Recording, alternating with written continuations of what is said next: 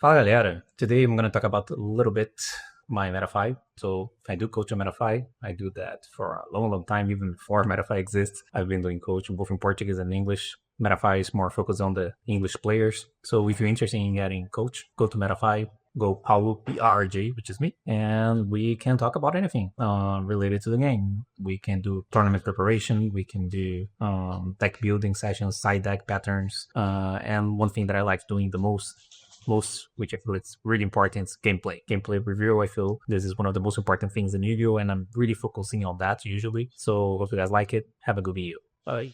Fala galera. So today's 19th of October, and I'm starting recording the training log for YCS Pittsburgh and YCS Bologna. It's going to be Pittsburgh, and then 1 week without an event, and then Bologna. And I'm going to release this after Bologna. I just released the training log for the past YCS where I played Yummy Sofa Card, and I like the deck. I feel like there are things that can be improved. I will use the YCSs that I play and the experience that I have now to improve that. I have some new ideas that I'm trying, and we'll see. So what are my options? I'm gonna play Yummy, okay? A Yummy version of something, okay? That's for sure. I will continue to try Yummy Sofa Card, but it's not guaranteed that I'm gonna play Yummy Sofa Card. At least not Yummy Sofa Card by itself. My new idea is to try Yummy Sofa Card and with Mitsurugi. I will advise you guys.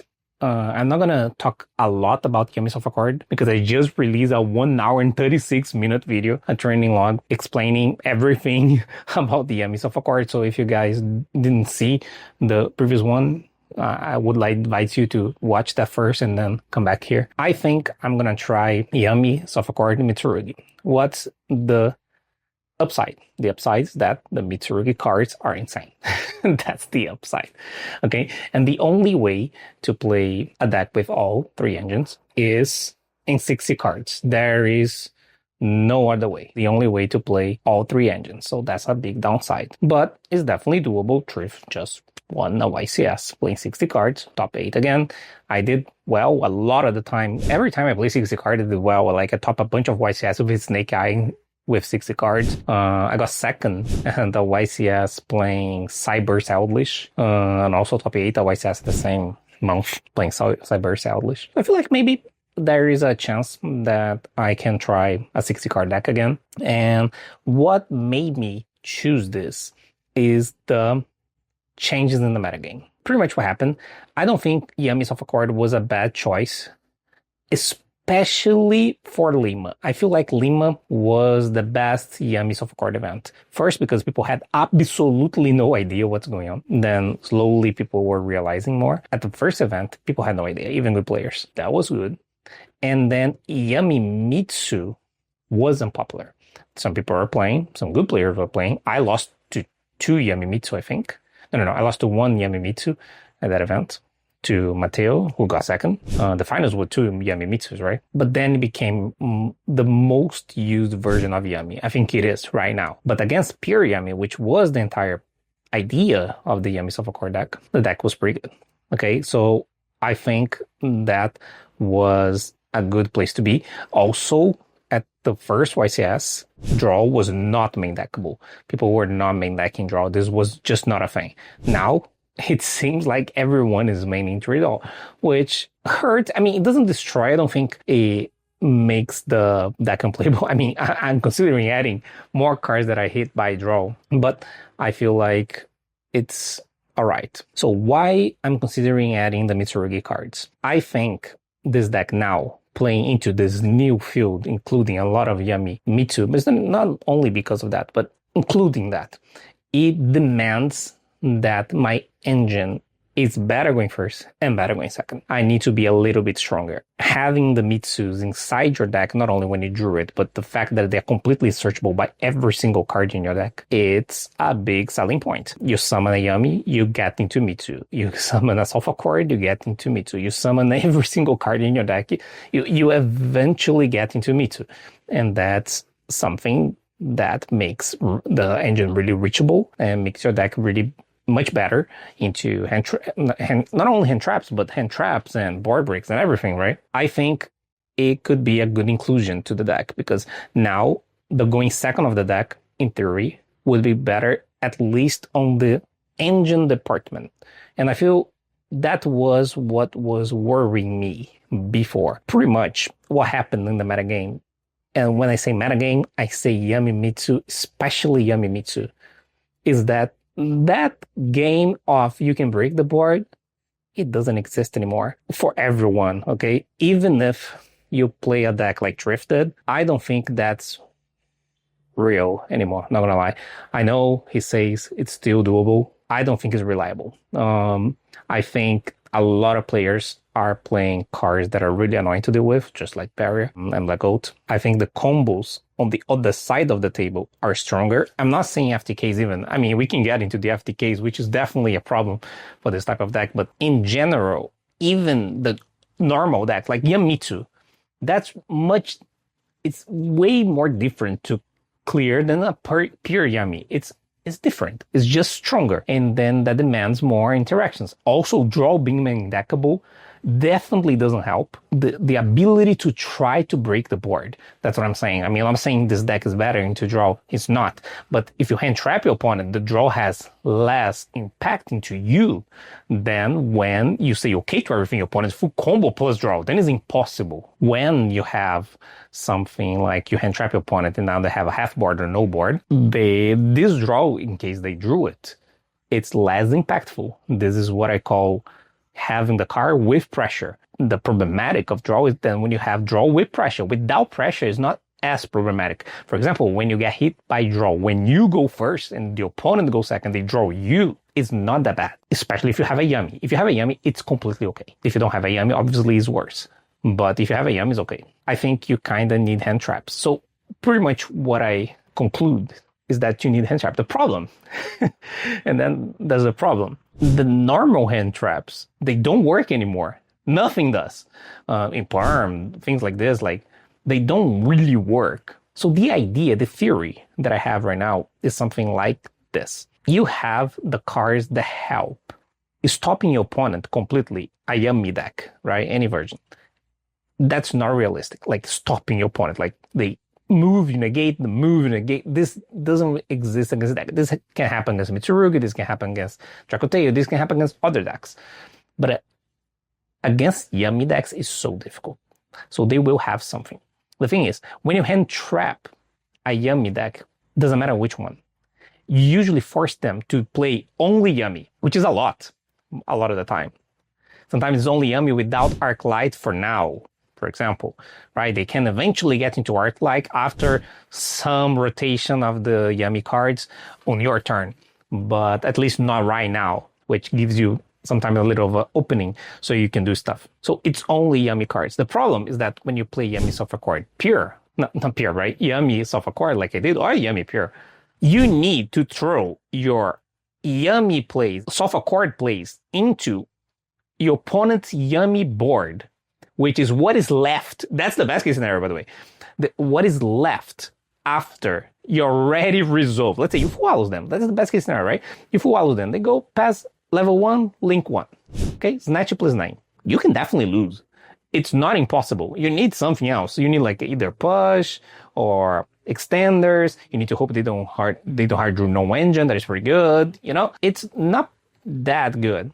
And the entire idea is to force your opponent into that, which is really similar to what I did when I was playing Rise of Fiends and then Rise of Fiends, where you use the hand traps to force your opponent into Detonator only. In this case, it's Yami only. And then you have cards that are good into this part of the deck, which are the Mitsurugi cards. That's the thing. The Mitsurugi cards are good into what is left. What is left? The Yami cards. You can't beat Yami plus Mitsurugi plus follow-up plus no engine. But you can beat it. That's possible after you do something to them, like hand trap wise, especially if it's a Muchami. You can beat if you Mitsurugi them. Okay? That's the premise of the deck. So what's the idea in the deck? The idea is to play 60 cards, and I have all the Mitsu that exist that is good, which means Habakiri, Prayers, Pre-Prep, and this one is cool, is Diviner. This Diviner in this deck. It's completely cracked because you summon Diviner, you send Arclight, you search Habakiri, use Habakiri, you trigger Diviner, you bring Sagi, and Diviner triggers and bring Primoa. That's ridiculous, by the way, okay? That's a synergy that is completely broken. You need cards that talk well with each other. So going second, the Mitsu cards, they talk well with each other. For example, you have two Mitsu cards, let's say, and I'm counting Diviner as a Mitsu card. Diviner, Habakiri. If you summon Diviner, your opponent's going to negate. Okay? If they have the option, that card is going to be negated. If you have a Habakiri behind that Diviner, that's crazy, right? Because everything that I just mentioned, they just throw interaction for no reason. Same happens when you go, for example, you have Pre-Prep Habakiri, and you go Pre-Prep, then negate, you have a Habakiri. Or you go Pre-Prep, they say, okay, you get Murakumo plus Mirror, and then you have a Kitty because you already had it. And then now, because they were waiting to negate the Sagi, let's say that, and they go Sagi effect, let's say they Ash, you still can Murakumo and trigger Habakiri. That's good. You get prayers, you have a Kitty. No Habakiri Murakumo, you say effect, and they use something, and then you negate, they need to discard, and your card die, you can change prayers. This is what you want. And then you want to summon your Sophocard cards or Yami cards. This is where you want to be, okay? So I maxed out. I will show what I have right now. I'm still on the early phase of testing this version of the deck. This is where you want to be, okay? This type of interactions when going second. When going first, this deck, it's almost impossible to lose, okay? That's only lose conditions of this deck. I'm being really serious here. It's only Muchamis and draw. And that's why, not because of my deck, but because what I feel like the metagame became. What I'm gonna do is I'm gonna main all the Muchamis. Purura, Meows, Fualos, and I'm gonna have draw as well. So those 4 cards, and I topped a YCS doing that. I topped YCS Quito earlier this year, where I main 12 Muchamis, not 12, 9 Muchamis plus draw. And I already did this. And I feel like we are in a similar situation where you kind of need to not stop your opponent, but to make your opponent do less while you're retaining cards. I'm talking about the Muchamis. While you're retaining some cards and the opponent do less, okay? And you have the tools cards, right? Board break cards like Habakiri that are good against what is left. That's the point. That's the idea. A little bit of a risk. I know, I'm aware. Not that great thing to drag a tail, like the inclusion of all those cards, right? Against pure Mitsu is not that bad even. Against Riser is not that bad, probably it's pretty good. So it's not completely that. This deck naturally needs to discard cards. I have a lot of cards that discard, right? You have the Primos, you have the Happiness, you have the Diviners eventually, right? If cards resolve, you have the Murakumus from your opponent, you have the Cupsy that you can search to and discard whatever, something else. So I think you can get away with that. So that's the idea, having the hand traps to slow down your opponent. And I know, like if they play Yami and you Perula, they have a line. So the idea is to, and you need to be, okay, first of all, you need to get a little bit lucky in order to win against Yamimitsu going second. That's non-negotiable. So in order to win against Yamimitsu, especially going second, it's really, really difficult, and you need combinations of stuff. I feel like the first step is to have one of those cards, especially if they get in combination. Muchamis in combination. And I'm not talking about Fualos because we already know Fualos is pretty good. Let's talk about Perula and Meows. If you look at them separately, they are not that good. When you start looking at Meows and Perula in combination of other things, then it becomes better. For example, Perula plus Meows is not that bad. Usually, the way to play around one is to play into the other. Like obvious things, right? You Perula them. Pretty much what happens, they keep summoning things from grave, right? They go Field Spell, and they go Mignon, then they go Surprise, and they go Lollipo, things like that, right? And when you do the other way around, when you use Meows, they keep summoning things from hand. But if you have both, it's not that bad, right? It's pretty much maxi. Like they can't do much. And some of the cards, like Meows, for example, make really expensive for them to connect the engine, especially now that people, and I include myself on this one, people are playing a really small, not small, but like the brick part of the Mitsu in Yamimitsu, it's smaller. So I'm playing just the Mirror and the Sagi, which means that Meows is much better into Mitsu cards when they hard drew it. So for example, if you start Habakiri, you go Habakiri, Sagi, and then you usually go Habakiri, ritual Habakiri from hand, and summon, then trigger Murakumi Engrave, get Miro, use Miro here. If you get Meows, this Meows is pretty good. It's not that bad. Like, you're gonna draw one guarantee, for sure. This draw already happened. This is what I want. I want them to, okay, give my card back and make my opponent do less. What usually happens, they give me 2 cards. And they still do less. Another thing that people are not so used to play around Purulia and Meows because they're not that popular. Meows was a little bit popular and not popular, but at least did well. I think Raphael played. I feel like somewhere else played. So that's pretty good. Oh, one thing I forgot. I already had this idea in my mind to play 60, but I saw a player from Brazil named Adriano Didico, who top 32 YCS Brazil. And there were things that I liked about his deck. For example, he plays 9 Muchamis. I would do the same. I will do the same. I mean, there's some achievement of this type of deck. My deck is a little bit different, but there is a lot of similarities as well. The deck already did something, right? Sometimes people disregard some decks that plays like, especially now with the whole top 8 only, the top 32. I look at this deck and say, okay, there's something here, I think. Like I said, we already discussed this with my friends, this possibility to play this, but there was no time, obviously, because I played 3 events in a row. So I decided to look at this after, but then he topped, right? I mean, he topped 32, but still, he did well at the event. So, okay. I mean, he did well, and there were things to improve. About the main deck, I think it's pretty much it. I still play Callback Cross Out. I think you need all the outs for the main cards that I just mentioned in your deck. What else? Upper Prep. I still mainly in Perm. I feel like having all the Muchamis is important for you to have things to draw into. One thing that I wanted to have, it's a lot of Yummies, because I feel like going first, the way to beat draw is Yummy. So I'm playing 10 at the moment. I could play 12, but those are the things that I'm still unsure. So it could be 12. I will talk more when I show the cards. And there are some spaces in my deck that I don't know what to do with them. At the moment, I have Trust and Go Lefts. I think Trust in this deck is obviously good. It's better than before because you still have Happiness, you still have the talents, but you also have Pre-Prep. The inclusion of this is good. And you also, when you go first, if they hand trap you, you can trust for gold lefts.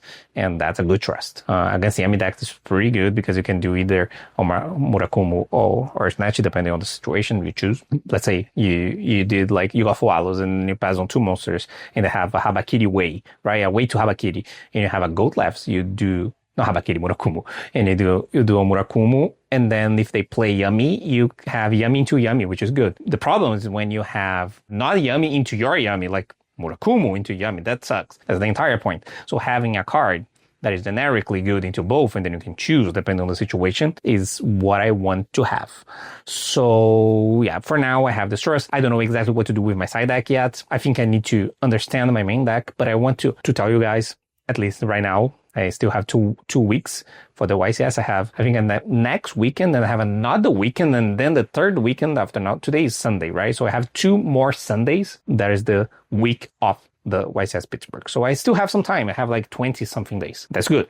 Okay, that's good. I feel like for this time, I will have time to not only test, but to work on ideas. It was really rushed the last time. I did fine, right? The other YCSs, but I think I can do better. So let's see if I can turn that into better results. But I'm liking the process. I feel like it's important to enjoy the process. I'm liking the process. I have high hopes to this deck, and I like playing 6 card deck. What can I say? Okay, so let me show you what I have right now. Okay, so let me show the main deck that I have right now. So I have 10 Yummies. I would prefer to have a 12, especially in 60 cards, because draw is kind of annoying. I have 10 right now.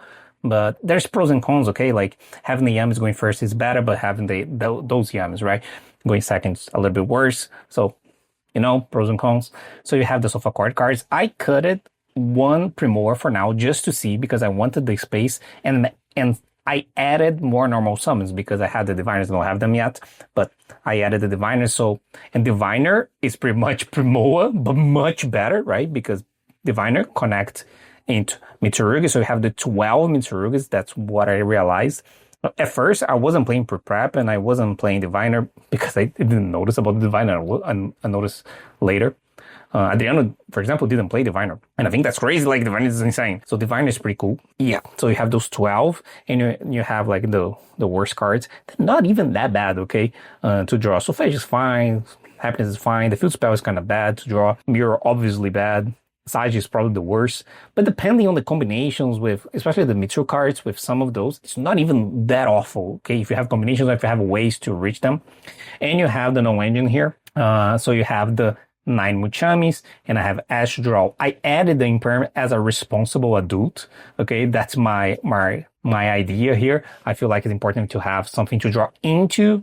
For example, if you play against canine decks like Kristen, they will, if you use those cards, they will try to near you. Like, you need to draw something, okay? So having this to draw all out of this as a way to protect yourself from an FTK is cool. Also something that is good. I feel like it's just a really versatile card, okay, in general. Not great against Yamimitsu, I know, but it's playable, okay? It's not completely that. And then I have Call by, Talents, Cross Out. Those 4 spots, I think, are the ones that I have more doubts on. I added, for now, 3 Trust, 1 Go Laughs, okay? Because the thing that I already explained. And also because this opens some space in my side deck. What are the options here? My options at the moment for this space are either more Yummies.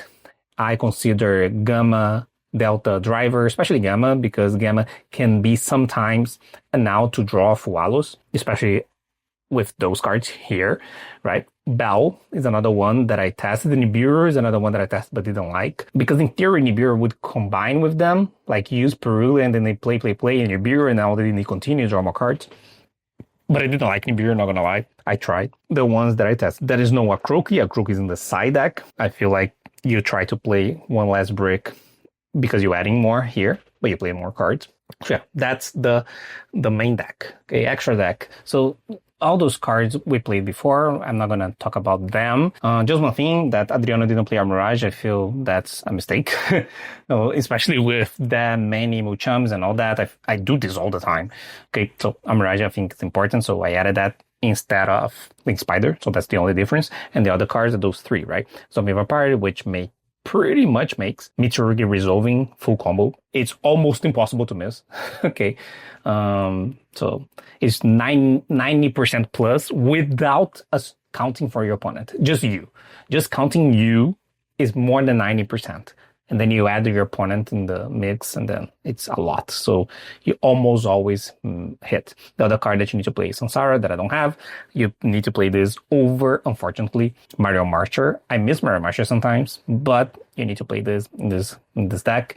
And you have the Gravity Controller for same reason, okay? So that's the extra deck. So let me do a side deck real quick. It's not that, because those cards are the ones that I like the most at the moment. So I have the Deltas and the Gammas, and I have the Bells, and I have the Croaky and the Barrier. So there's 10 cards, okay? I feel like I have 5 spaces that I can work with, because for now, I like having the Gammas and the Delta, and I like having the Bells. In some matchups, you want to have the number of hand traps, like have hand traps, a lot of them. And I think Delta Gamma talks well with Bell, because you have more cards to try to negate, because then you have Ash. Unfortunately, this deck can play Purge. Purge also talks well with those cards, right? In this type of approach. But I don't like when Bell is alone in the deck, only with Impermanent Ash, and same thing with them. But then when you have everything at the same time, then I feel like it's a little bit more interesting. Also, Bell can be sided in other matchups too. And then I have 5 spaces here, right, that I don't know what to do yet. I think most of those 5 spaces kind of have to be cards that I can side going first. The options are the options that you always would consider here, like Metal Tronos, but it's a little bit narrow. I also need to play Artalian, Solemn Warning, which I played the last YCS, which I like, Solemn Warning, Solemn Strike, Solemn Judgment, Anti-Spell, Barrier, more Barriers, and more Black Goats. I feel those are the main ones. Also, you could side more names as well if you don't main them. That's another option. Oh, and one thing that I forgot to talk about, the one thing that I'm not playing, this deck doesn't have Jester, and which I play at first, Jester and the map, which I feel really sad of. Okay, I had that before having the Diviner idea. I think if you play Diviner, it's hard to play map. Then it's too much. Then it's too many normal summons. So yeah, you need to choose your battles. But I still love map and Jester. Okay, so that's it. Let me know what you guys think. See you guys on the next one. Fala galera. So, long time since we talked. Today is Friday before the YCS. And a lot has changed. So last time we talked, I was testing Yummy, Sophocard, Me Too. A lot changed because there was a ban list. So that's the first thing. And the ban list changed a little bit. Not a lot, but changed a little bit. But I feel like the changes in the ban list made the decks to be different. I noticed a really big trend towards Dracotail and Malice that is happening this weekend and recently. And because of that, I decided to change a little bit of my focus from trying to beat Yamimitsu to instead try to beat all the decks, including Dracotail and Malice. First, because it's easier to do. It's much more reliable to beat Dracotail and Malice than try to beat Yamimitsu. So difficult. Then, because of the trend, especially because of Dracotail, and a lot of people are trying to stay away from, not stay away, but I feel like less people are going to play specifically Yamimitsu, and there's more pure Yami and Yami Sophocard. I decided to change decks. I mean, I'm still playing Yami, okay? And I'm going to play Yamimitsu, but a really different Yamimitsu, okay? I feel like my decision to play this has two main reasons. One, I think regular Yamimitsu, 40-something cards with, right now, what would be the standard deck is something like Fualo's Ash, Meows, Dark Ruler, Crossout, Go By, maybe Talent, maybe Bell, something like that. 40-something cards. That with Futsu and Aramasa and Kusanagi and Purification, that would be, give or take, what the standard deck would look like. This version is in his worst spot ever to be a choice to this event, in my opinion. This deck is atrocious against both Dracotail, I mean, especially Dracotail, like really bad, like unplayably bad. Like you are so unfavored. So unfavored that I feel like one of the reasons Dracotail is doing so well, besides the ban of Barrier, is the fact that a lot of the Yamimitsu is playing like that because they are trying too hard to beat the mirror. And draw, I forgot draw as well. So they have like draw, Fualos, Meows, Ash, Dark Ruler, Kobai, Crossout, sometimes Bell, something like that. And that is definitely not enough to beat Dracotail. Really bad choices of no engine. It's Dracotail that is more popular, and that's the case.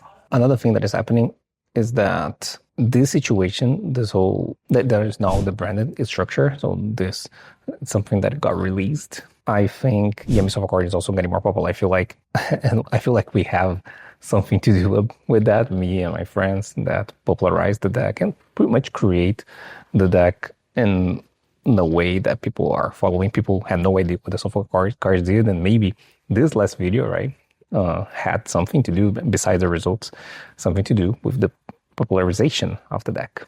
And now I'm not playing the deck anymore. I think it's too difficult into Yamimitsu, and I feel the biggest selling point of that deck was to play into pure Dracotail and pure Yami, which were way more popular than branded Dracotail, and I feel like that's one of the most common ways to play Dracotail right now with the branded cards.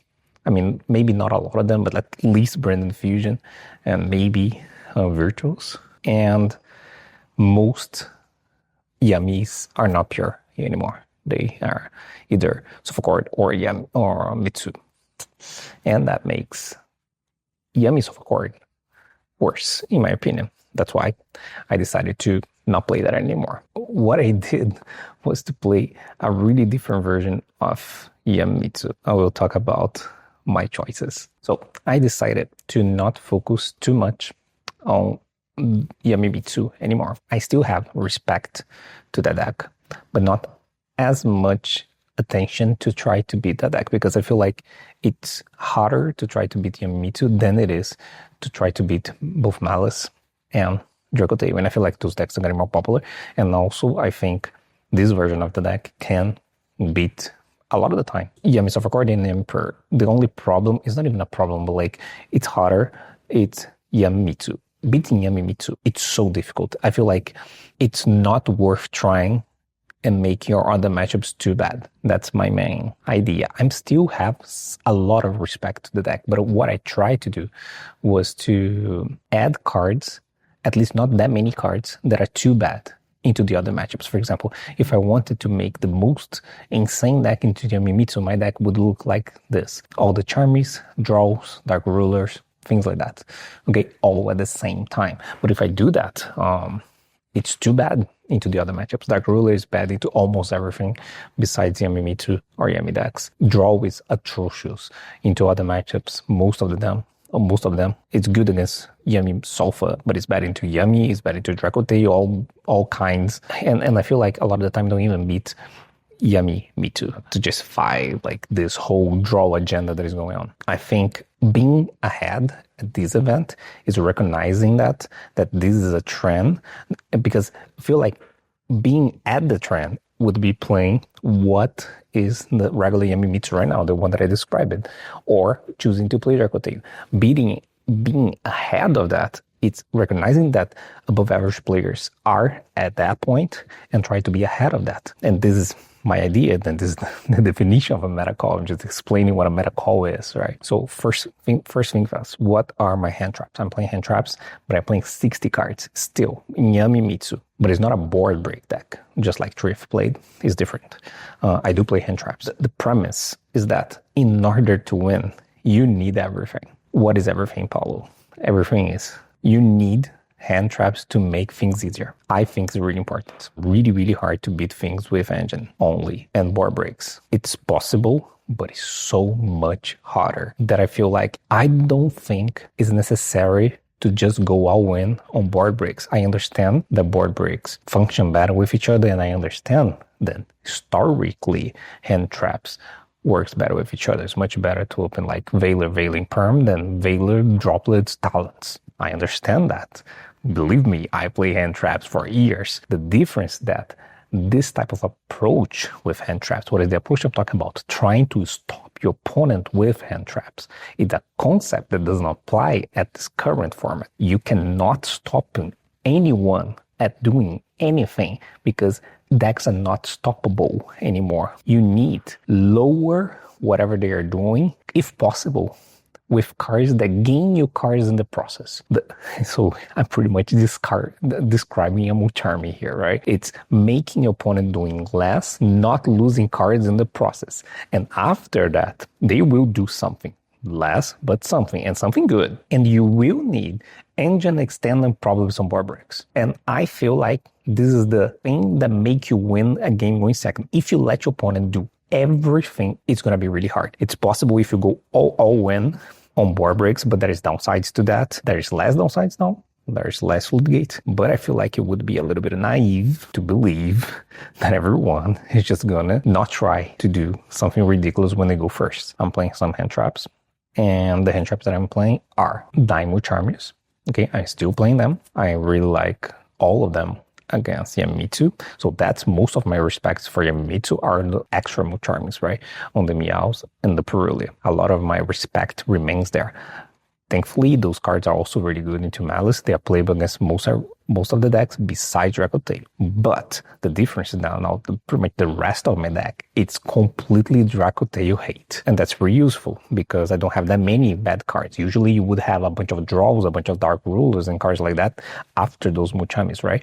Which was my deck before, but then I decided it wasn't worth anymore because of trends in the metagame and the way that the metagame develop. I have a lot of no engine, obviously. I play 60 cards. I changed the rest. So the rest of the hand traps that I play are Ash in Perm. I still play in Perm. In Perm was a card that I consider a lot cutting, but I feel it's respectful to keep in Perm in an event where a lot of cards would be different. People are, since in Perm is not popular, especially Dracotail, they are being really, really greed in their Artalions many times. So that's good because this Imperm can help in there. And I feel like it helps against Malice, not that great in Mitsu. But that's not my main concern. It's so hard to win against Yamimitsu, and I have the tools. They are inside my deck. I have the Mucharmis, right? I have Adral, one. It's a target for crossout. Not only that, it's also something that you can use off Metatronus, which I'm maining, okay? For some random things. Like, for example, Quackmail Dragon that came from a seal. This is something that people are doing other things too, but it's more like a concession for crossout. And also, I have the remaining draws in my side deck because I don't want that in my overall matchups. Even against this matchup, Yamimitsu, I don't like very much. I think it's all right. I don't think you have other options, and I feel like it got better now in comparison to what it was before, because I'm playing way more proactively spells going second in my post-side matchup to Yami too. I will show the deck later, and I have that, and I have the draws, Ash, and Bells. That's the hand trap, 19 hand traps. Then I'm starting with the no engine, and the rest of the no engine I feel like what is special. I still play Callback Assault and Talents, and this is where I feel like it's really interesting. So I'm playing Metatronus, and I feel like that's the goo that I'm creating, I think, in this deck. At least I'm playing the Fallen and the Virtuals in Yamimitsu. I think this card is absolutely insane. You guys probably already noticed how much I love quick play spells, and I feel like quick play spells are one of the best dynamic in the game, especially versatile cards. This card is one of the most versatile cards ever printed in the history of this game. This card just says, kill a card face up. That's it. You can do anything. You can kill your cards, you can kill your opponent's cards in chain, in the middle, in the beginning, draw phase, main phase, end phase. Like, there's so much you can do. I feel like I don't even recognize all the options I have with this. What I wanted is my board break cards not being Dark Ruler or Droplets, which is something that I test. Narrow and expensive. I want them to go up in cards, not down. Okay, so Metatronus create a monster. Virtuals create itself again. This is crazy. Okay, I love this card because you can send Albion to the grave and that triggers, and you can add to your hand another one or set. Just like most of the Draco Tales are doing. Yeah, I do pretty much the same thing. The cost of playing this card is 2 extra deck space. That's completely fine. You can definitely do it in Yamimitsu. You can do it in Yamimitsu Sofa card because you need more spaces. But in here, you can. So I'm playing the card, I'm using the card is really good in all positions. It's a really good complement to my 9 Mooch armies, and also have draws both sides, so I have like 12 cards, which it is the idea. I feel like it's the best approach against Yamimitsu to have those cards, but then you need starter extenders and board break. After that, you could just swap all those 12 for more board breaks, but I feel like it's harder to win like that than doing this, because pretty much when you do this, you remain with the same amount of cards, sometimes more, and they have less, you have more, and you still have other breaks. I feel like it's easier to win than try to go like trust engage. Like, that's so difficult. Like, props to Triff for doing that, because it's much harder. And I feel like too hard to be that good. It's good, but I don't think it's necessary to be this hard. So I love the Fallen the Virtues, and one of the main reasons that those 2 cards are really good into Draco Tale too. Fallen the Virtues, I recognize that the easiest way to beat Draco Tale is pretty simple. I was analyzing Draco Tale, I was playing my previous version of Yamimitsu and Yamimitsu of Accord Mitsu, everything, and I was getting destroyed by Draco Tale. I was like, why? And the main reason is pretty simple. Flare. Flare is the card that makes you lose because it negates the Mitsu, and because it negates the Mitsu makes it so much harder. As soon as you resolve a Mitsurugi card, everything gets easier. Because this Mitsurugi card resolves and you kill the board, and if they try to find mana, they need to discard an extra card. Sometimes they don't have enough to do all of that because they have the intention to use something from the board and something from the hand, and discard to find mana itself. And if you Raigeki the entire board, they don't have the board, and then if you use 5 mana, they discard an extra card. They don't have enough to they need 4 cards in hand, right? 5 mana plus 2 plus something to discard. They usually don't have that. And Fallen happens to help to negate Flare, because you destroy the card that they're trying to negate. It's actually better than an Ash and a Bell, which are perceived as really good into Flare, because you negate Flare, and this negates Flare indirectly, but you also get another copy in the end phase. What? Like, this is so much better, because if you don't kill them, you set, and this is no joke, you set like another one, and this is pretty good, I think, right? It's the same idea of double cyclone, right? Like, and double cyclone kills another card. That's why it's so good. So this one, it doesn't kill another card, but you get another defense eventually. So getting plus while you're negating a card, you don't get the draw. Like, it's so good. And I wanted more dynamics like that. So this is for the Fallen the Virtues. And it obviously good in the other matchups, right? Going first against Malice is crazy. You can kill the food spell. The normal summon Dormouse, you kill the Dormouse. It's really good. I love this card. Love. So I'm playing my two favorite quick plays at the same time in the deck, right? Metatronus and Fall on the Virtuals. The Metatronus idea is really interesting because I first decided to play Fall on the Virtuals, and then I put Metatronus. But the problem is that when I was playing Fall on the Virtuals, like, okay, because I was playing Metatronus before, and I wanted a Metatronus into Dracotail, because obviously good into Yami decks, but I wanted a Metatronus into Dracotail that can hit most of the problem cards, not only Artalion, because most people play Metatronus into Dracotail, and they play Artalion. And I feel like that's not enough, because that's not the only problem, especially now that everyone is playing Branded, because a really big problem is Albaz. But what happens is that not only Albaz is the problem, also Mululu is a problem. And they both happen to be Dark Dragons, which Albion is. So I said, okay, this is really interesting because I'm already playing Rituals, and I was playing two Albions, right? The regular Albions, 25 Dragon that searches in the end phase. That Albion, there is a million Albions, but so you know which one I'm talking about. I already have the target for Mululu, and I already have the target for Albaz. They usually summon off Sanctifier, right? In your turn. And that's really good, right? Because they go Sanctifier, bring Albaz, use the effect, discard a card, and in Metatronus, bring Albion, and then you can put an actual monster and make Gravity Controller, and then you play Yummy, and then the end phase you set up. What? Like, this is crazy. Okay? So I was like, okay, this synergy is really insane. But now I needed another target because I need to negate Artalion too, because that's really important, probably more important than that. So I said, okay, it would be really good if I could have a target that is also a fallen target. So it needs to be a card that mentions Fallen of the Albaz, but also is a Metatron target for Artalion. I read all the cards, and there is one card that does that, which is Sanctifier. So Sanctifier is a 3K dragon that mentions Fallen of the Albaz. So I have two spaces in my deck. One is Albion and one is Sanctifier. And both of those cards are both used for both quick plays. And I feel like that's really good deck building and made me save a lot of spots and a lot of space. And both cards are really good, especially Metatron into Albion, because it creates a card of Thin Air. Also, Metatronus is really good into Malice. So see, I'm covering all three. It's good into Malice because I have Linkaribo in my deck and I have IP, both Dark Side Bursts. There is other good Metatronus situations going on, like random situations, but against those three main decks, I can do it. Also, I can use Metatronus any Murakumo-like card because I have Kusanagi in my deck now. I don't have Gorgon anymore, I needed to cut it, but I have Kusanagi, so I have a target in my deck. So it works. It just works. I tested and I really, really like it. And I feel like this change alongside the Muchami changes and the lack of Dark Ruler and the lack of draw, I only play one in the main deck, made my matchup into both Dracotail and Malice and other matchups much better because I have more stable cards instead of two targeting cards. I still have some, right? I still have the Perus, I still have the Meows. I don't think I destroy my Yamimitsu matchup. The opposite, I feel like now I have better cards to join 2. Am I going first to go better because I have solid cards going first, right? I have actual defenses, right? I have Metatronus, I have Fallen, I have IP, an IP in Perm, I have Bell, I have Ash. All those cards are defensive cards as well if necessary. So in weaker hands or when I get full allos or draw, I feel like this deck is insane to draw the way I built it. And that was one of the reasons that I decided to not play Yami Sofakor and Mitsu because that deck was awful with draw.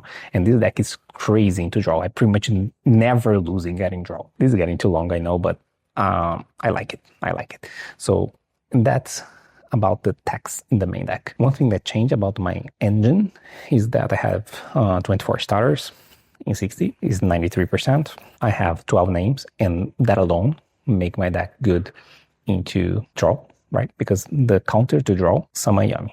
That's the counter to draw. That's why draw is bad into pure Yami. Because you do that all the time. That's all you have. I can do that here too. But also, I needed more starters because I'm playing more cards, right? And because of that, I'm playing another starter that is also good to draw, which is the Blackwing, the Stink Cloak. I'm playing that. I first saw this card being used with success by Mateo Renteria from Peru, and I am impressed by how good this card is. The Grave Effect, it's much better than I thought. For those who know, you go Steam Cloak, make a Mirage, and you get the token, right? This interaction is already really good because you have the Mirage and you have the token. The token is a level 1 and it's a token.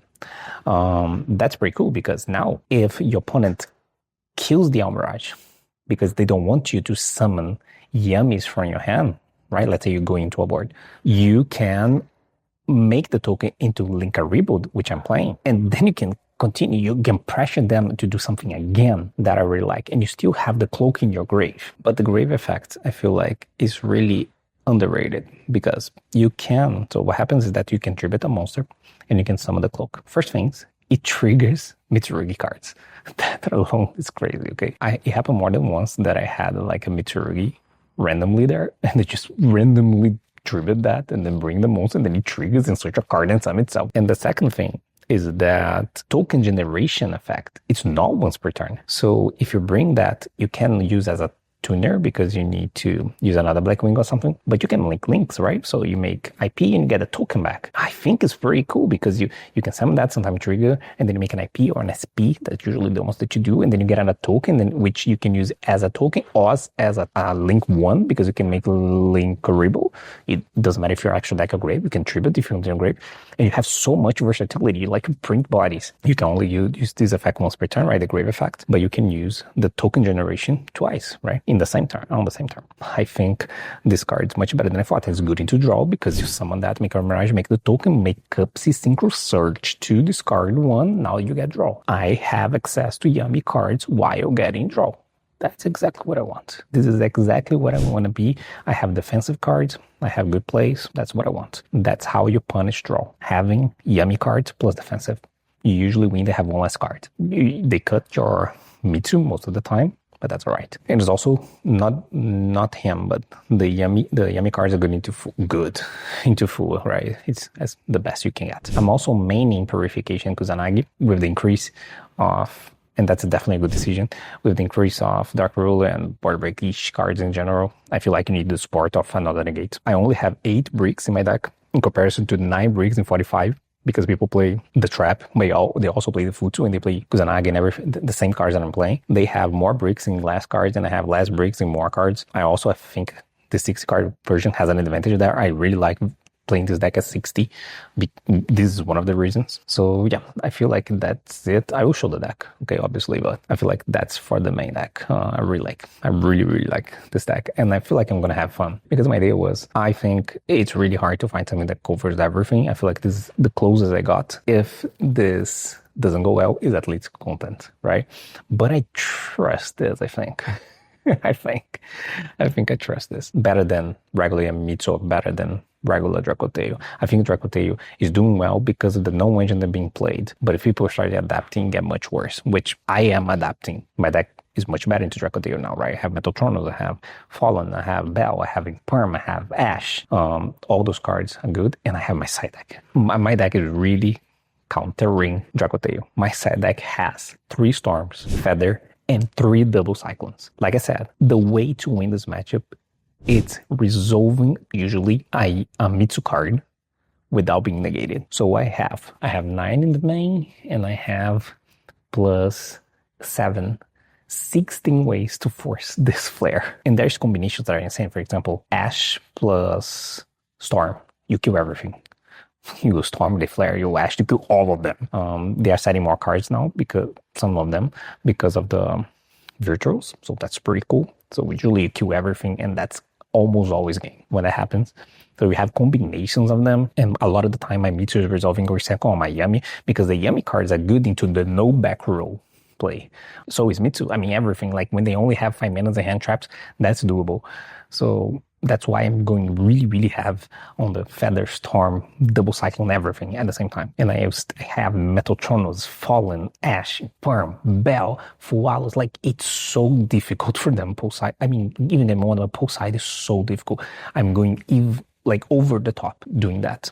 And the rest of my side deck is the 2 drawing locks that put just because of Yamimitsu and Yami Sofa card. That's the only reason. And because I wanted a little bit more, and I feel like my deck got better at making draw better because I have better board breaks, because I have Storm and Feather and Metal Torment and Fallen on both sides. So I felt, okay, now I think draw is a little bit better than it was before when I had more hand traps like Delta, Gamma, which I couldn't. I like them, but I couldn't because the approach is different. So because of that, I feel like draw got better, but not enough to be in the main deck. I have 1 there and 2 in the side. And the rest of my side are the Solemn cards. The Solemn cards are insane. I really miss not having 7. I have 6. That's all I could fit. So Solemn Judgment, 3 warnings, 2 strikes. I wanted 3rd strike, couldn't fit. But that's the approach for the side deck. And I really like it. I really like it. I feel like the backward removal, I side the backward removal against all 3 decks. Decks are setting a lot.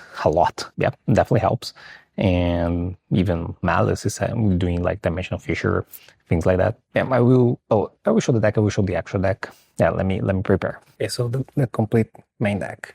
So I have all the Yummies and the Black Wings and the Mitsurigi, so 24 starters.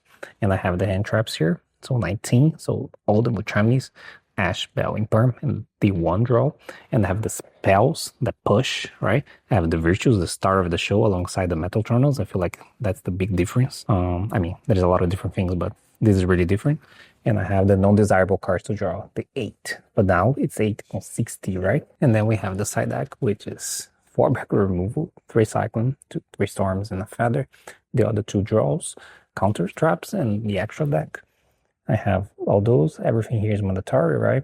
I cut 1 Snatchy. I think it's definitely fine to play, especially because I play Linkuriboh. That's one of the reasons that I felt safe. So Vampire SP and the targets, right? For both Metal Tronos and Fallen Vabas. Not Fallen Vabas, the Fallen the Virtuals. So I have the Albion, which is Dark Dragon 25. So you can negate Mulu, Albaz, and other things like that. There are more targets. I'm just mentioning the Dracotail ones. And you have the Sanctifier that you can, because it's a 3k light monster dragon, right? So you can do on Artalium, you can do other things too. You can do Zeus. I feel like that's an important one. Sometimes they go Izuna into Tiras into try to Zeus. You can negate Zeus. Usually they don't have enough materials to keep the non-target thing. So that's a possibility too. It happens sometimes, not always, but sometimes. You can negate other things too, okay? So yeah, that's the deck list. So wish me luck for tomorrow. I will definitely have fun. I will try to play this tournament with an optimistic approach and do as best as I can and give you guys the report right after. Cool? See ya. Bye. Fala galera. I'm going to Bologna today. I'm at the airport right now. YCS Pittsburgh wasn't that good. Few things to talk about that. I feel like the deck idea was fine. It wasn't that bad, but I feel like I underestimated the importance, not underestimated, overestimated the importance to try to beat Yamimitsu. And I say that because if you look at my deck, you see that I mentioned multiple times that I made my Yamimitsu deck to try to win against Dracotail and other decks, which is true. I did. A lot of the deck choices in my deck were with that in mind, but it still had some cards for Yamimitsu, right? I had the Meows, I had the Perillas, I had the Metal Tronos. I had some cards that are still pretty much against Yamimitsu. And the thing is, first, Yamimitsu is getting less popular, and I feel like it's getting even more less popular for YCS Bologna. But I think the mistake was not only having the tax for Yamimitsu, because it's too hard. I feel like it's just not worth it. Because every single time, and every single decision that you do that makes your matchup better into Yamimitsu, almost always make your matchup worse into most other decks. Not all of them, but most of them. Like pretty much Drawing Lockbird sucks against everything pretty much. Perilla is good against some things, bad against other things. Meow, same thing. The Metal Tronos that I use, Dark Ruler, like all those cards that had the Yamimitsu matchup in mind, they make your other matchups worse. But not only that, I feel like the fact alone to play Yamimitsu is a concession for Yamimitsu. Because if you think about it, the only reason that I decided, I had a week to think about it, right? The reason I was playing Yamimitsu is because I needed Mitsu cards to beat the Yami cards of the Mitsu decks after Floodgate Dam. Is the only way, and that's not incorrect. This is how, and not how, but that's the best way to try to approach this matchup. Floodgate hand trap them, Mitsu the Yamis. That's it. Like you Murakumo the Yamis. That's the best approach. Perula Meows. Draw. Fualos. Then you either Mitsu them or Dark Ruler drop us or whatever, right? Like Metaltronos. You board break them. Board break what? The Yamis. So that's that was the idea. The problem is that this idea, although it's probably the best one against Yami Mitsu, it's not the best concept against most of the deck or other decks. And that's a problem. And I feel like that made my other matchups way more difficult. I lost. I dropped after I lost my third round because I knew I couldn't top 32 anymore because I lost too early. I was out. I was X3 by round 7. It wasn't that good. It was 4-3 or 8 or round 8. One of them. The thing is, it was really early and I knew that is not enough to make top 32, and it wasn't. I lost to one Dracotail branded, which was more branded than Dracotail. Let's call branded Dracotail, because it was like really heavy on branded, like branded lost, like the Tri-Brigade and negates, you know. I got Idolock, whatever it's called. So, and there were Dracotail cards, but it was more branded. And I also lost to a DDD. Okay. Those were my losses. I didn't even play against Yami Mitsu. And the thing that I missed the most was hand traps, like actual negates, cards that say nope. And I think, and that's going to be my approach for Bologna. I'm not going to play Yami Mitsu for this event. I feel like for Bologna, it's really important that I beat everything else but Yami Mitsu. Even if Yami Mitsu were more popular, I wouldn't do that because I feel like my conclusion is that it was never worth it. I feel like there was always a mistake to try to beat it because it made sense, right? Like that's the most popular deck. Let's try to use cards to make that better. But it was never good to do that. That's what took me a while to realize. I mean, that was not a while because this was the only event that I played this deck and the Yami Mitsu, right? But still, I think that was definitely a mistake. And that's the main conclusion. It's so difficult that it's not worth it. And you still have a chance because now my idea is to just single hand trap my opponent to death. And that's not a Yami Mitsu job. The first thing is it needs to be a deck that can play Purge because you need the amount. And you can't play too many cards. It needs to be a deck to play Purge because I wanted to play 18 hand traps main, which are the ones that you might expect. Fualos, Imperm, Ash, Bell, Purge, and Veiler. I'm going out of my way and playing Veiler as well. So 18 hand traps, and I want to play those 18 in few cards. So there's only two options to do that. And those are Yami Sulfa and Pure Yami. I decided to play Yami Sulfa card again because I think the deck to beat for this event are Dracotail. That's the go-to deck for a lot of players. Malice. And a lot of people will try to counter Dracotail and Malice with K9. That's what I noticed. From the discussions that I'm following and all that, it feels like no one wants to play Yami Mitsu. I mean, talking about above average players, and in Europe, I already noticed that the average player tend to be more a counter type of player. How can I say it? For example, I'm not saying it's better or worse. I'm just saying it's a different mentality that I notice. For example, in North America, South America, whatever, Central America, the tendency is that people play what is perceived as the best deck most of the time. At that point. In Europe, and that includes everyone, but mostly the above average player, not pro players, okay? I'm talking about like the bulk of the competitive players of that event. Let's say the top 200 players of the event, okay? In Europe, even those players, which historically in the Americas, they play like best decks, quote unquote. In Europe, even then, which is something unique for Europe. Again, not judging if that's better or worse. I'm just saying it's different. They always try to do something different. Sometimes it's worse than just playing Yamimitsu or just playing Dracote or whatever, but they always try. There's always some creativity, right? And I feel like at this point, this is on K9 decks. I feel like this is where people will try to be creative with. How? I don't know exactly.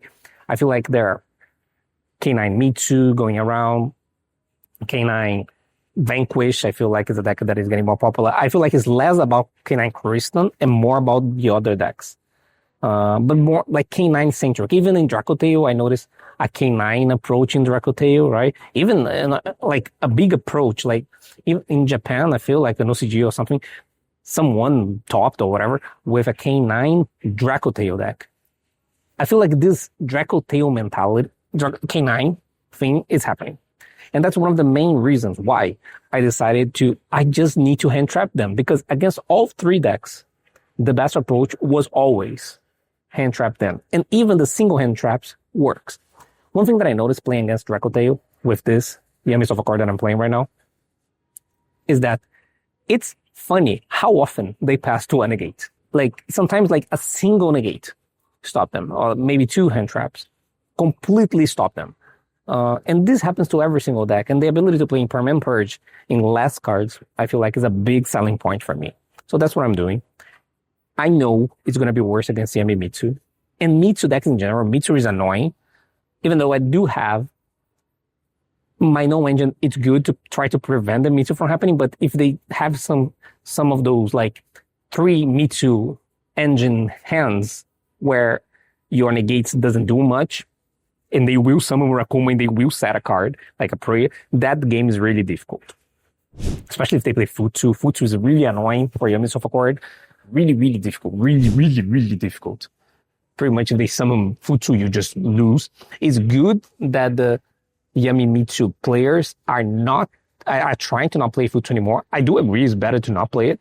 But I guess specifically against me, it's worse for me if they do. But I noticed, like, Triff made a video, Joe Wilkin play without it. I was playing without it too. A lot of people were playing without it, which I feel like is better for me. So that maybe it's a good thing. So yeah, I'm gonna play Yami Sofa card, and the idea is to play infinite hand traps. And when I mean infinite, I mean infinite. Like I'm playing every single hand trap. I'm not gonna open my deck here, but I will describe my deck. So Sofa card cards, you play the main ones, right? 3 Primula, 3 Happiness, 1, or the other ones, 8 cards. A different thing about this deck is that I decided to play 12 Yamis, and I feel like this is a good idea because one of the downsides of this deck is draw, okay, which is getting less popular, which is cool because of Dracotail and whatever. So that's cool, but still popular card. So Yami, it's the counter in your engine to draw. So having all the Yamis helps a lot with that. So I have the Yamis, and there is more why I think these Yamis are so important, like all the name of the Yamis. So that's my engine. So 12 plus 7, right? So that's 19. Starters in 45. It's a good number. If you do the math, you'll see. Then you have the hand traps, 18, the ones that I described. Then you have cross out Kobai.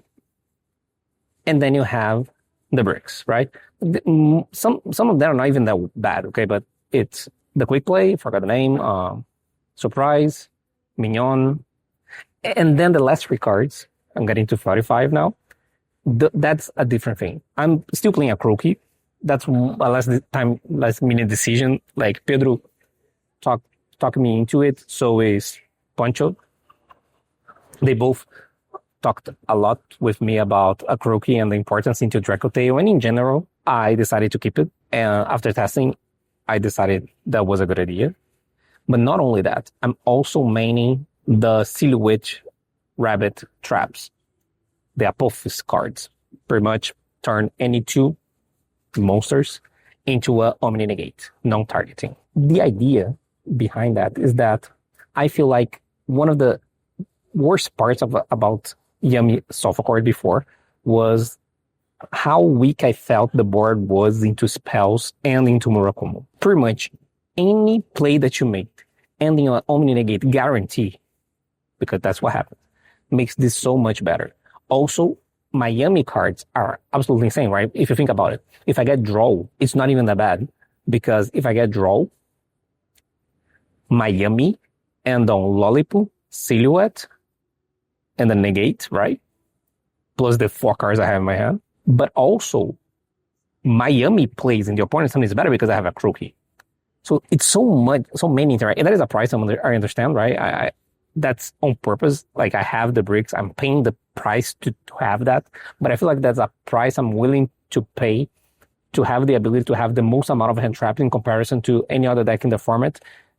I know that Dracotail can have this many hand traps, so why wouldn't you play my Dracotail?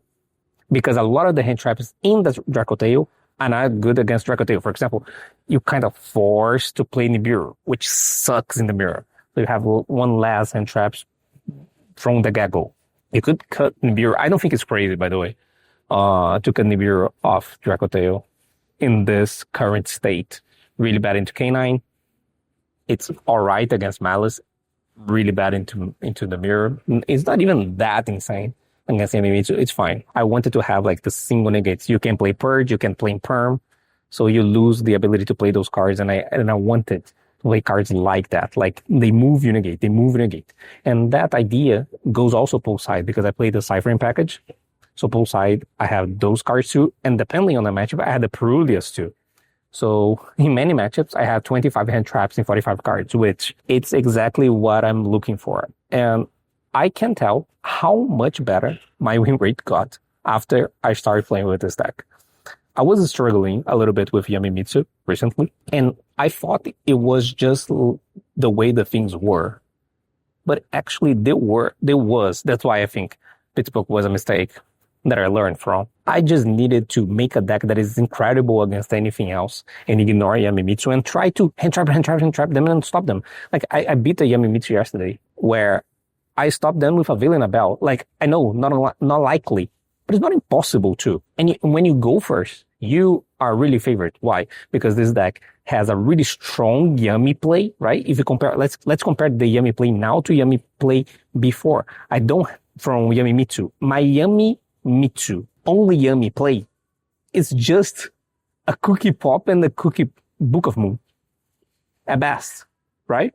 In this one, and an SP, I guess, or, yeah, it was usually SP. In this one, it's an Omni Negate, and you also have another pop. It matters, especially the Omni Negate. And the rest of the side deck is 7 Solons. I can stress how insane the Solons is. Like, the Solons are so good. Like, so good. And playing 7 Solons in 45 cards feels criminal.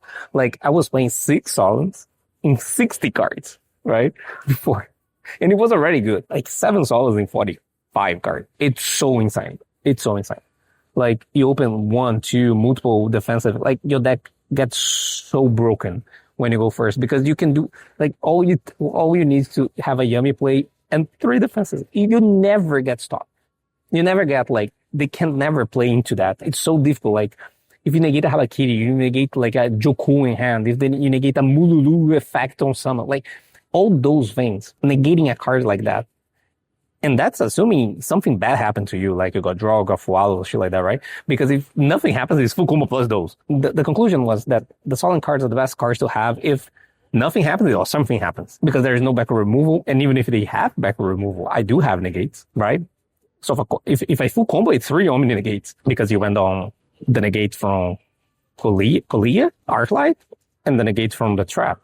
So it's 3 Omni negates, plus the... It's so good. Like, yeah, that's pretty much the idea. Let's see how it goes. I wasn't too confident for Pittsburgh. I am more confident for this one. I need to, in these last few days, play a little bit better because it's been a while that I play Yami Sofa Core. I decided to play this 2 days ago. Yeah, let's see. But I feel like at least the approach is correct, and I feel like the meta call now is correct. For Europe is going to be a lot of Malice, Dracoteo, and people trying to counter those. And that's usually not Yamimitsu. So yeah, that is. Let's see how it goes. Bye. Fala, galera. So, talk about a little bit YCS Bologna and I play a regional too. So to finish this training log, Bologna was a little bit better in my experience. My cats they wanna join. See? And the dog too. The dog. Okay, they hate each other. This always happens. It's crazy. As soon as I start recording, they hear me talking and they want to join. And they want to kill each other. It's crazy. So, Bologna. First Bologna. I decided to play Suffolk card, right? Yeah, Suffolk card. And it was better. I feel like it would be... So, at the end of the day, I don't know my final position, but I feel like I finished like first 100 players or so. If I win last round, I would be top 64, just for reference. So I lost last round, but I don't think my result was that bad. Obviously, my expectations are usually higher than this, but I feel like I felt a sense of improvement. I feel like it was a mistake to change from Yami Sofaccord to Yami Mitsurugi at YCS Pittsburgh. And it was a correct decision to change it back.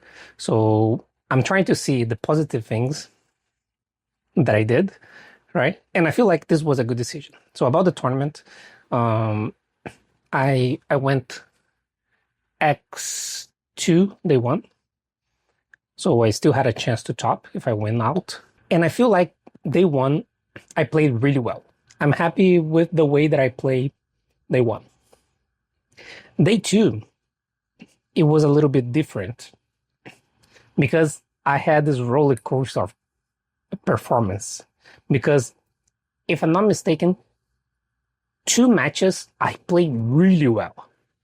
But there are the other 2 matches that I played really badly.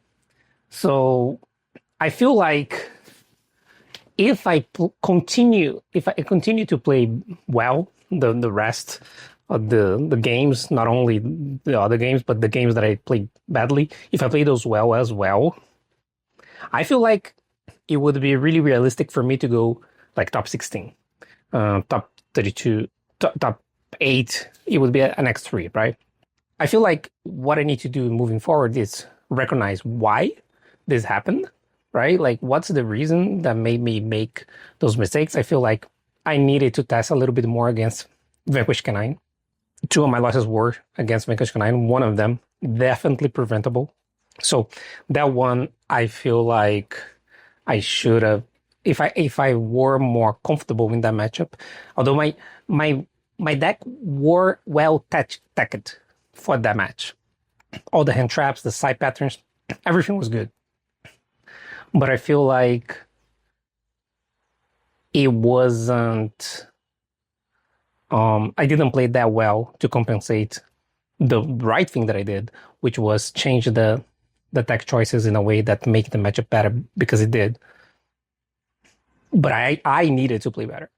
So moving forward, what I'm going to do is I'm going to choose some decks, and instead of like organically play against them just like I do, I will specifically target some decks, not all of them, but like, let's say 3-4 most important decks, and take a day and play only that match.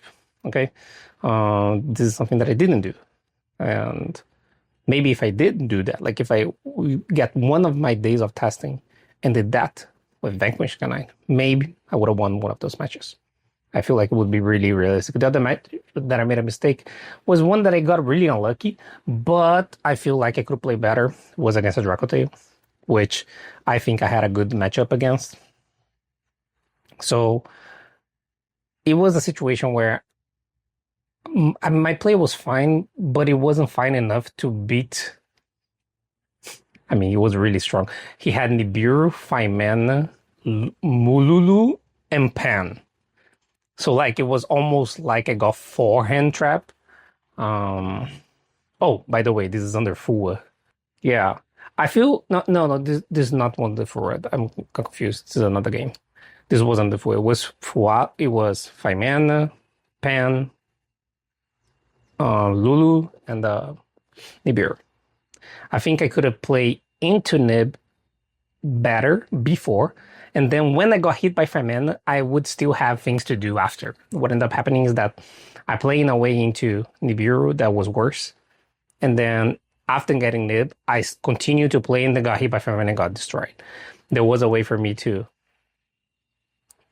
ask, do you have Nib earlier?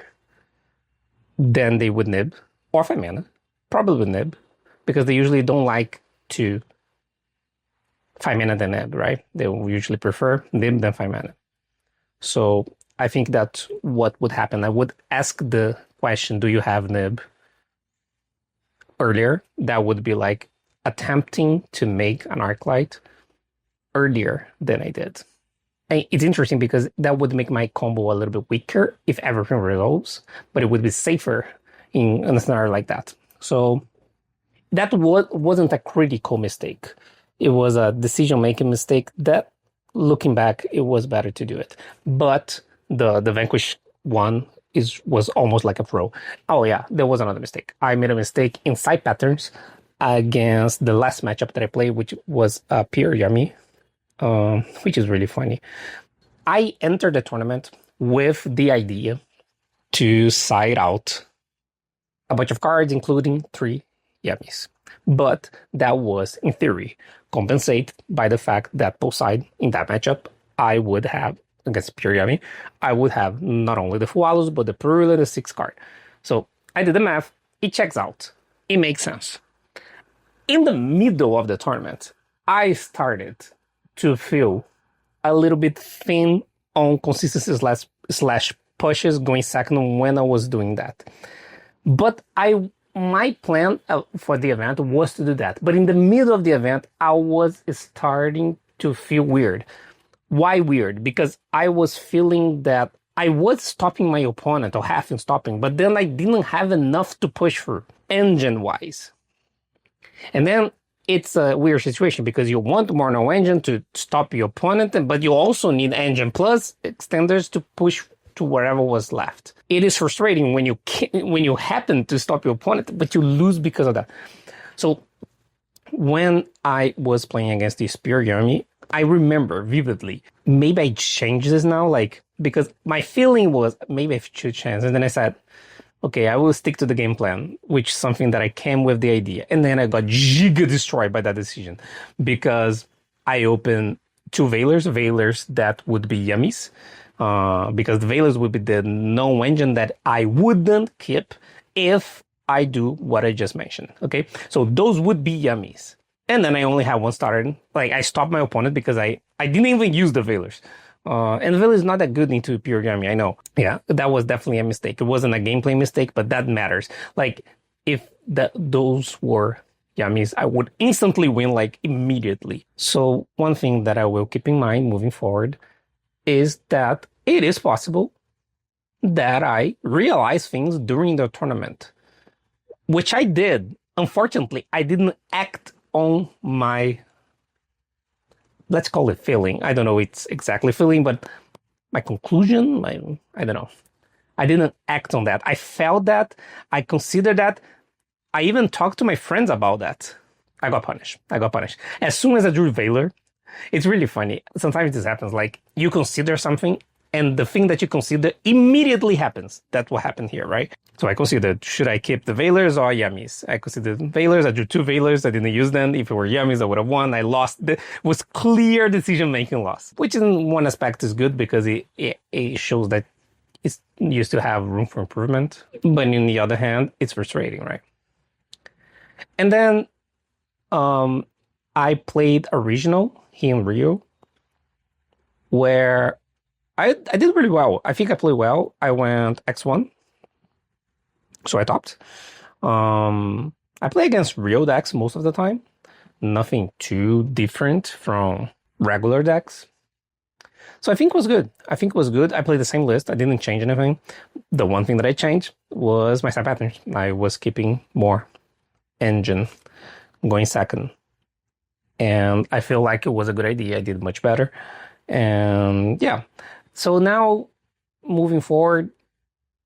So unfortunately, I didn't top any of those events. And I will use this as a learning experience. I'm going to play the DC Cup next weekend. So I'm excited for that. But TCG wise, my next event is probably going to be, oh yeah, I skipped the remote duel YCS. I wasn't feeling like playing remote duel, and I'm glad that I didn't, because it seemed like they won for us here in Brazil and ended like 3 a.m. or something, because it takes too long. But maybe I played the other remote in January, and there is the YCS 300.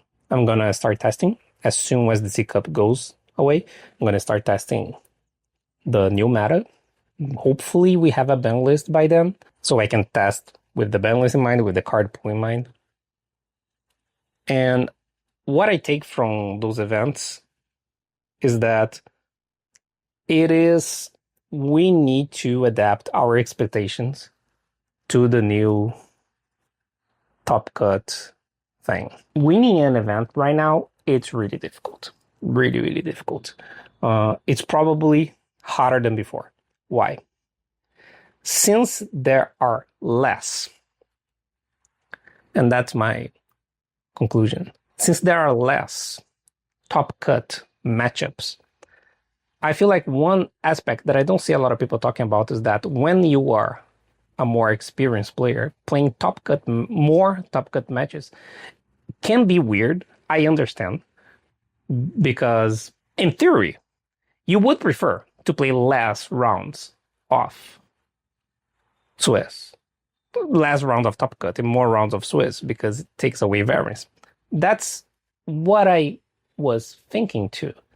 But the one aspect that is more emotional, let's call it emotional, that I don't see a lot of people talking about is the whole playing in top cut. If you are a more experienced player, which is in my case, I'm talking about myself right now, it's usually better for me, especially if it's streamed and things like that, because the tendency is that the players play worse in high pressure situations. And the high pressure situation is more pressuring in top cut matchups than 14th round of Swiss. I know that in theory it's the same thing. I understand that, right? It's pretty much like you treat your 14th round of Swiss, if you're X2, just like it would be a top 32 matchup. In theory, it is that. In reality, it is not. That's the thing. I feel like people play better, and that's worse to everyone else. That has an advantage in high pressure situation. You have less high pressure games, and that's one of the things that I considering. I'm not saying it is this, but it does matter, and I never saw anyone talking about that. But one upside is that the whole winning the event has the more correct winner, because there's less eliminating rounds, right? There's less round that you can be eliminated from the event. So I don't know. Another thing is that we, as competitive Yu-Gi-Oh players, I'm including that and I repeat that to myself, because I need to start to believe that we cannot only use top 8 as metric of success. Otherwise, everyone is going to get insane. It is not realistic, and it is not sustainable. If you only use that as a metric, you're going to go insane. I'm talking that to the mirror, okay? I talk that to myself, because since most of the competitive players are considering top 8 as the bare minimum, this is too much to be the bare minimum, as something that you treat as acceptable. Because if you do that, this is not sustainable. Everyone is going to get burnout. And I'm saying that because that's kind of happened to me. And I feel like this is happening to other people too. It's really, really, really, really, really hard to have multiple top 8s. I know some people did, but I really doubt that a lot of players, multiple players, will get multiple top 8s in a season. How many are gonna happen? I don't know, man. 10 players? Let's think like that. How many players are gonna get multiple top 8s in a season? More than 10? I don't know, man. I don't know. It is possible. How many we have right now? We have like what? Kamal, Triff, Julian. Who else? I don't know. Someone in Europe? No, maybe. I don't know. How many players we have? Like Franco, 4. We have 4, and you have half of the season. Yeah, maybe you can reach 10, but like, it's not gonna be 20. And in previous previous seasons, we had multiple players that got multiple tops, right? So yeah, this is something to keep in mind and try to focus on other metrics instead of that one only. Yeah. So yeah, that's it. I'm excited to the C Cup. I'm excited for the rest of the season. And I will use those months that weren't that good for me, let's be honest. But I had a good year if you look at everything, right? I had a really good first semester and a worse second semester, but I feel like if you look at everything, like we got 3rd at Worlds, I topped like 10 events, I think, or something. I got 2nd at YCS, a 3rd at YCS, a top 8 another YCS, and a bunch of other top 32-16s, right? But most importantly, the top 4 at Worlds. It must do that I was really happy to happen. Hopefully next year I'm gonna be in Worlds again, right? Maybe must do, maybe TCG, we'll see. And yeah, that's it. Thank you everyone for watching, and see you guys later. Bye.